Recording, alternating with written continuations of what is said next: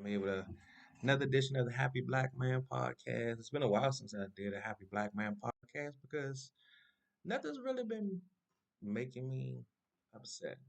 Um, nothing's really been making me happy either. I really just been kind of just shit. Nothing really to talk about, which I guess is a good thing. But today I want to talk about um, well, I want to talk about loss. I guess for a black man, I can't speak for every black man. I don't try to speak for every black man. As a black man, it's things that I've gone through, um, that a lot of the black men that I know have gone through. So I kind of speak on just kind of in general what I know based on my experiences and what I've experienced or what I've heard from other black men's experiences, whether black men I know through social media, a bunch of conversations going on in the news, things of that nature, to kind of get a pretty much general um, feel for how black men deal with the situations and topics that I talk about. But all black men deal with loss differently, because it depends on one who they lose. Um, one, and then I guess like the more general aspect of dealing with loss is that we don't deal with loss. I guess you could say that. Um, because we're raised to be hard. We're raised to not cry, to not show emotions, because that's what girls do. Girls are the emotional ones, and they cry over everything. And men, we supposed to be tough. We supposed to be good. We supposed to be strong. Um, not just because that's the masculine thing to do, but we have to be able to be strong for everybody else, all the women. Um, I just recently dealt with a loss of my father. Um, it's been 2 weeks since we lost him, and I really haven't, I won't say dealt with it because I think I've already dealt with it because the situation was one where I felt like, or I felt some time ago that in it's just a matter of time. So I was kind of prepared for it. Um, my mom died 13 years ago, and I didn't. It was some issues. It wasn't a lot of issues that a person would think you would go through losing your mom. But again, it was a situation that I was prepared for. I lost my grandmother 2 years ago. I really didn't do too much crying until I got to church and seen the casket. Um, and then I had my moment, and then I was done. Um, but with my dad, I haven't really had a moment like that. And I guess kind of like my grandmother, it might not come until I see the casket. But then a part of me doesn't want to go through that again because if it's about black male happiness or about my black male happiness, what it comes down to is that how will it make me feel to be in that space? And I was talking to my sister and I was telling her that I don't even think I want to go. And but her response was, "We have to go. That's your dad." And she lost her dad last year. And I had my moment dealing with his loss because he was an important person in my life. Um, so she knows what it's like to lose a father, and obviously we lost our mother. But dealing with my mother passing, my grandmother passing, her father passing, who was an important person to me, like I said, I've been saying since 2011 that my grandmother passing, my father passing, I don't want to deal with death. I don't want to do um, funerals anymore. So obviously, my grandmother's passed. Out of respect for my sister and the role her dad played in my life, I show my respects. Um, and I'm also wanting to be there for my sister. Um, somebody else passed away. Oh, my cousin passed away. Um, and I showed up to show my respects. Um, why I can't think about all the people that died. Oh, my father's wife passed as well, and I showed up to show my respects. I think it's kind of different when you show up to show your respect when someone that's close, like when you show up for somebody you're close to, like, um,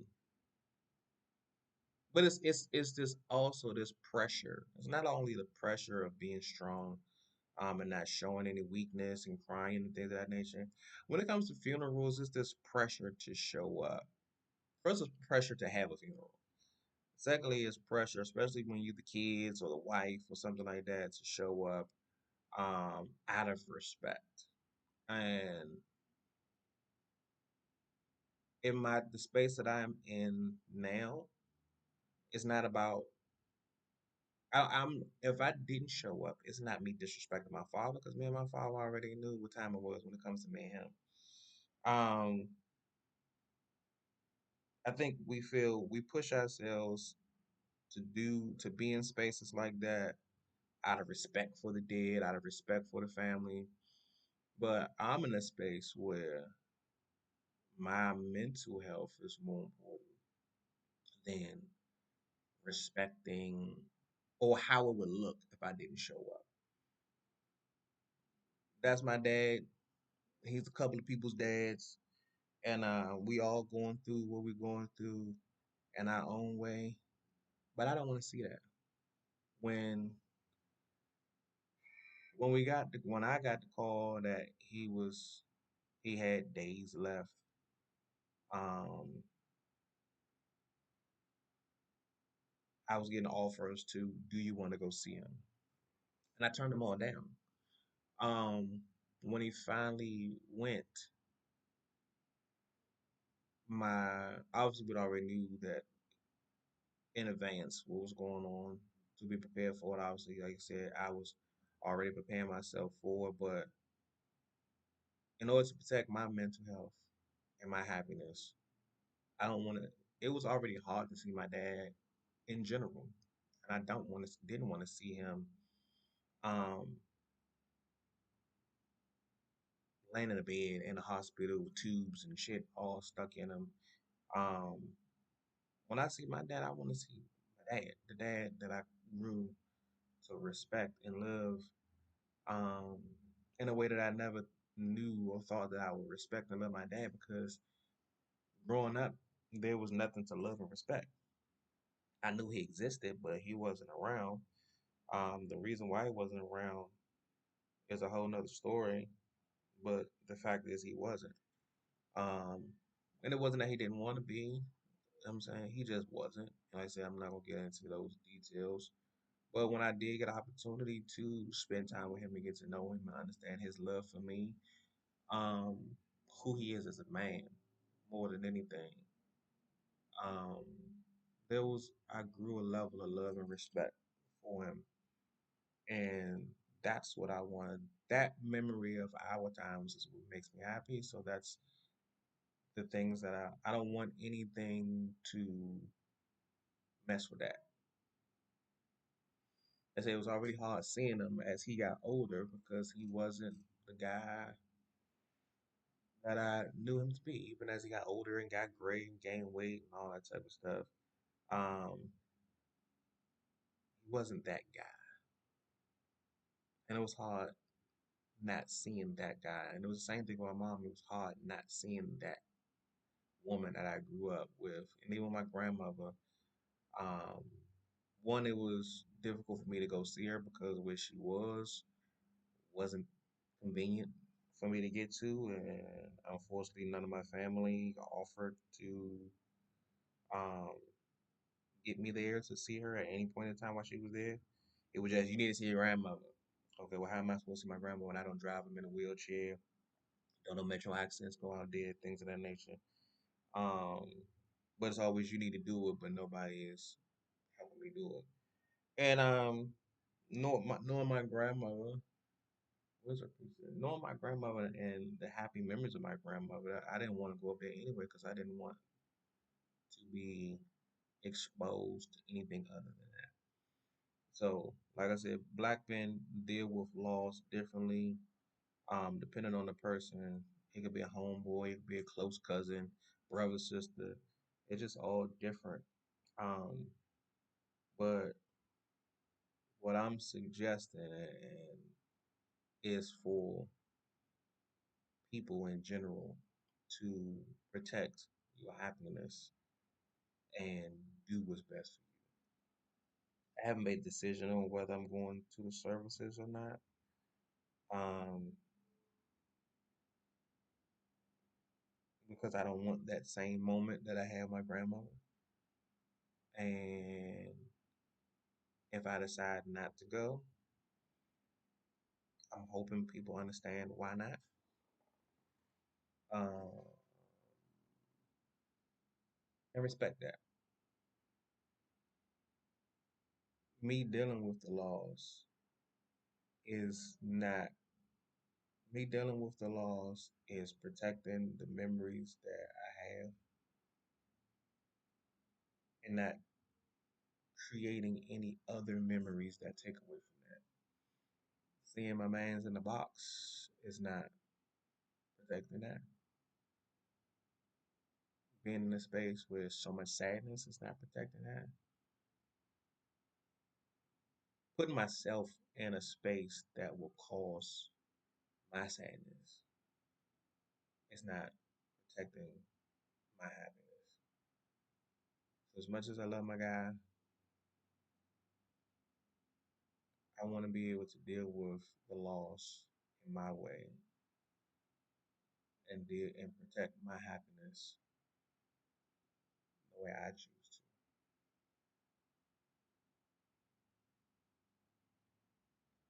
The service is not until September 14th, and maybe having so much time in between the passing and the service will allow me time to be able to be in that space. Maybe allow all of us that opportunity to deal with it to an extent to where when we come together for the services, it's not as bad as if they passed this week. You still grieving, still dealing with it, and a week later you bury them, or 2 weeks later you bury them. So like maybe having that month and a half will help. If I do go, I told my sister if I do go, I'm chilling in the back. I don't want to talk to nobody. But if that's all I'm gonna do, then I might as well not even go. I don't know yet, but I said if I do go out of respect, it's not even going to respect. It's a part of me will go or is contemplating going simply because I don't want my sisters and brothers to be mad at me or family to be mad. Why you went there for your father? That's your father. Why you don't have your father? I was there as much as I could be when he was here. That's what's most important. I didn't get a chance to see him as much because of where he lived at and where I live at. Maybe I didn't call as much. But when I did call, or when he called, there was never a time that I seen his name pop up on my phone that I didn't answer. Even if I couldn't answer at that time, for whatever reason, as soon as I was done, I made sure I called him back. Whether he answered the phone or not, that's another story. Because you know he can't manipulate technology. Um, but every opportunity, you know what I'm saying? Birthdays, holidays, Father's Day, any opportunity I could to be around my dad, I tried. Whether it could happen or not, um, that's neither here or there. But I had my opportunities to show respect to my father, and I don't really think I need to do that anymore by looking at him in the box, being around a bunch of people that's gonna be crying and shit. Um, just to say I was there. And they have a bunch of people in my face. You know what I'm saying? I don't want that. I'm the youngest of all his kids, of all his biological kids. Everybody, you look like your daddy. Oh, you look like his daddy. When I'm grieving or I'm trying to maintain happiness and stay in a good place, I don't want to keep being reminded. I don't want to keep being reminded. I got pictures of my dad. Um, I'll remember him the way I want to remember him. When it comes to, I will remind myself of him the way I want to remember. I don't need a bunch of people hugs and oh, you okay, like it was with my mother. I don't want none of that. I did that. I didn't like that. And I'm in a space where I don't want to deal with that. Whenever I watch the Redskins game, I'm reminded of my father. He was a Redskins fan. I was a Redskins fan. You know what I'm saying? Wizards fans, Nationals fans. I mean, I might do something like go to a Nats game that day, buy a ticket for my dad, and that be my way. Because I've been trying to, he never got a chance to go to a Nationals game. He was a huge baseball fan. He would always talk about, you know what I'm saying, the Senators and what it was like growing up and his love for baseball. So I always try to get him to a baseball game. Never got a chance to. So maybe instead of doing what everybody else want me to do and showing up and looking at him in the box, I'll go to the baseball game. Who knows? But the moral of the story is that um, whatever I choose to do is going to be what I choose to do for me to deal with the laws, um, maintain my happiness and happy memories, and whatever way I want to show love to my pops. I'm going to do it my way, not everybody else's way. That's what's best for me. That's the best for me. I want you to do what's best for you to make sure that you obtain, maintain, sustain your happiness, especially as a black man, because that's extremely important for us as adult black men in this society, the way we've been raised and what we've had to go through. Um, so at this point, you got to do what you got to do for you. Because trying to do it for everybody else, it's not always the answer. Thank you for watching. This was good. I haven't talked about this since he passed. So it was good kind of getting this off my chest. You can like it, you can share it. Maybe somebody else is going through the same thing, been through the same thing.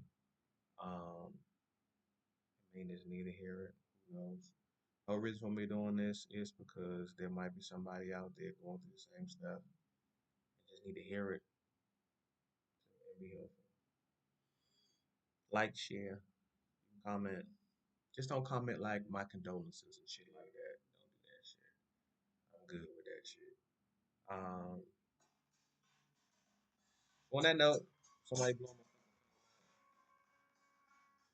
I'll call him back. Catch me in the streets, catch me in the studio, catch me online because if you ain't there, you ain't nowhere. I'm here with SupaTim.